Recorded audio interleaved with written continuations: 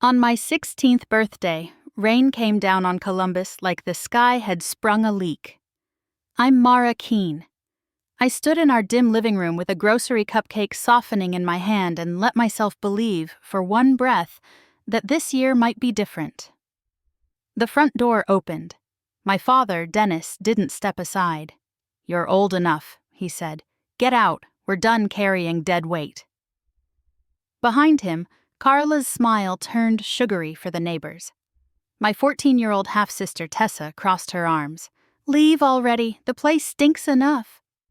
No shouting, no negotiation, just the slam and the lock clicking like a verdict. I walked until my socks blistered and my shoes drank the street. I slept under eaves and on benches. I learned which shelters shut teens out after 9, which church kitchens keep a side door propped, which dumpsters behind strip mall restaurants get emptied late enough to be worth the shame. Weeks later, dawn thinned the dark behind a Tim Hortons. I was elbow deep in a trash bag, praying for anything sealed, when a black SUV rolled to a stop. A man in an expensive coat stepped into the rain. "Mara Keene?" I froze, ready to bolt. He didn't flinch. "Edmund Vale," he said, calm as a librarian. "Your great-aunt passed away. She left everything to you, on one condition you must accept now." I didn't trust my voice, so I climbed into the warm seat and let the vents sting my numb hands. Heat couldn't touch the cold inside me. He drove to a diner on East Main and slid a folder across the table. "Before the condition," he said, "tell me how this began." I cupped the coffee and said what I never say. My mother died on I-270 when I was 5. One verse into a song, a truck drifted and the world broke. A year later, Carla moved in while lilies still browned. She didn't hit, she sorted. Different lunches, different rules, different last name on every form. Dad learned to lose money, late scores online, overtime gone, cards multiplying. Collectors called at dinner. By 15, the house was airless. At 16, the door shut. Edmund listened. He tapped a folder. "Your great-aunt, Aurelia Whitcomb." A photo, an old woman with sea-glass eyes on a porch swing, Cincinnati faint behind her. "Welder. Bought a failing mill. Built Whitcomb Holdings. Sold the operating company in 2009. She left it to you. One condition, a strict deadline." He checked his watch. "From now 72 hours to appear at her house and accept, or everything goes to a fund for unhoused youth." "And the condition?" "You'll hear it there." We drove to a hangar. A jet waited. Someone handed me a bag with clothes in my size.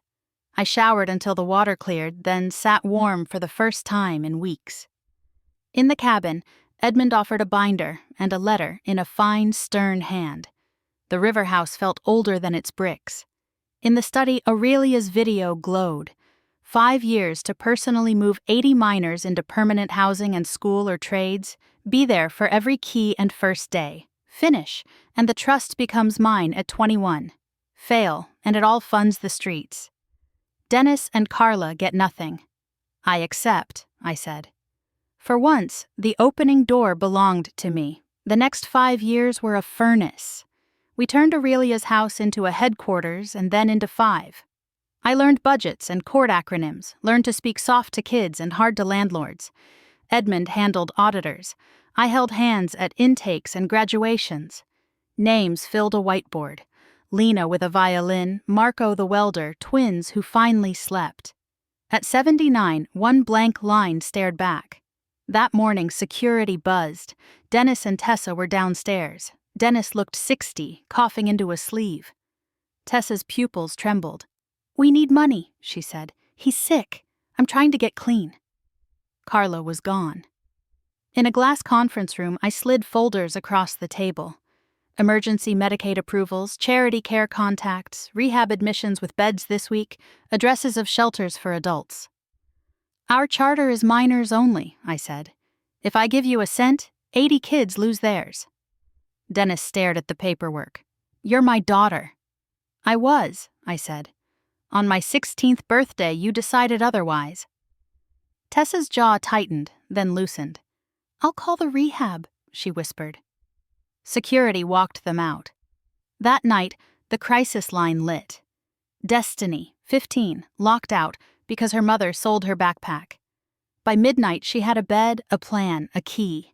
I wrote her name on the board, 80. At 12:01, the trust unfroze. No fireworks, just a click in my chest, like a lock opening from the inside. Months later, under a chandelier at a gala, I said the only truth that mattered. Blood didn't save me, choice did. Edmund smiled in the wings. Back home, the kids had hung a banner over stairs. Welcome home, Mara. I stood beneath it, not cold anymore, and finally felt free.